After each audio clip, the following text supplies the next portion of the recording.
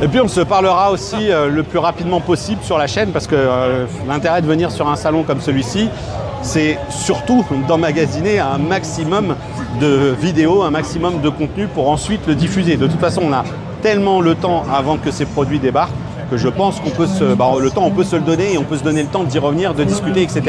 Et ici, eh bien, vous avez le PX4 Pro, vidéoprojecteur à ultra courte focale qui permet d'afficher des images allant de 80 à 200 pouces, Ultra HD 4K bien entendu, avec du 3500 ISO lumens. Et ici, il est exposé dans son mode un petit peu gaming parce que oui, eh bien, on est sur du 1080p à 240 Hz pour le mode gaming et on sera bien entendu sur quelque chose qui est plutôt optimisé Xbox comme on nous le dit maintenant depuis quelques années, je crois, chez Hisense, cette certification Xbox. Voilà, on enchaîne, il y a pas mal d'activités. Vous imaginez pas le nombre de fois où on s'est fait couper le chemin, tout simplement, enfin en tout cas on s'est fait couper le champ de la caméra lorsqu'on était en train de filmer avec Damien. C'était très fatigant et d'ailleurs je suis plutôt bien fatigué. Ici une petite zone d'activité. Je vais pas trop regarder ce qu'il faisait, je sais pas trop, c'est bien. Il danse. Ah oui non, il y a un truc, il y a un espèce de capteur sous le TV pour de la commande gestuelle. Bon, je ne vais pas m'attarder là-dessus. Je vais plutôt aller vous montrer également l'autre vidéoprojecteur dont on va vous parler.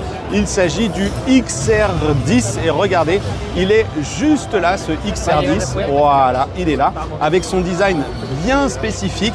Sa multitude de capteurs, on est là sur les capteurs qui servent notamment aux zones de focus, à la géométrie, etc.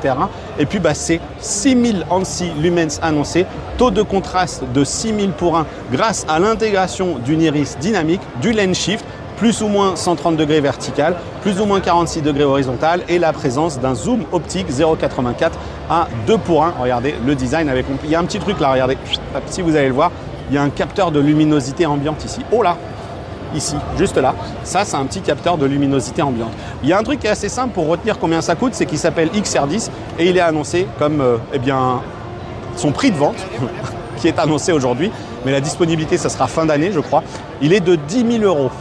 Ah, rien que ça. Alors il y a un système de water cooling là sur le côté. Voilà, faut pas l'oublier, il y a un système de water cooling quelque part là. Et donc ça, le ventilateur devrait faire aucun bruit. Bon, ok, mais 10 000 € hein, les gens quand même. Hein.